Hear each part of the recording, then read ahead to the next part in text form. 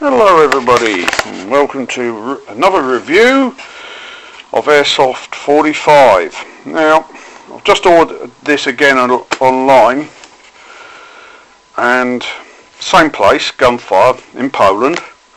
I've just ordered this carbine version of an AK-74, and what do we notice? We have got the same Continental style charger, the same BBs you get.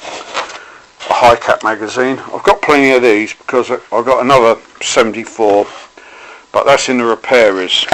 This one has a foldable stock, and we do have one thing. We do have instructions. The last one I bought from Gunfire, I think they've taken note.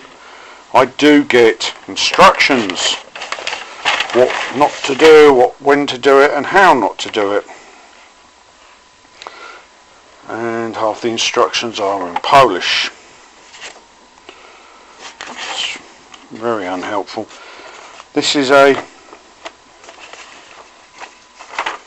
Series 1.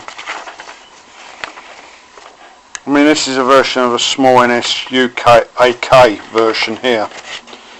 Now, this is the first AEG I've got what takes a stick battery.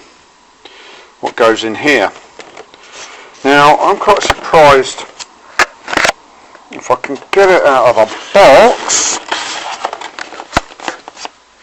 without dropping the camera. Put my knee on it. Without the battery, this is what you're getting. Now you can unfold this to make this into a full version. This is to sort of complete some I've been wanting to do a sort of Cold War collection of guns, Soviet and American. That's why it folds out to there. This is more plastic than metal. I mean, what I paid was around £50. The other versions I've seen have been up to about, if you want a full metal one, you'll pay a lot more. We do get some instructions. I mean, what I've been told about the FPS, it's up to about 350-ish, they say. It's a 350-ish FPS. A wood effect stock.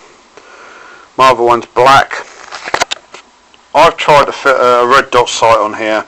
For some reason it will not fit. Might have to do some adjustments on that. And a jamming rod. Got our jamming rod, so I'm hoping to get my battery sorted out. Here,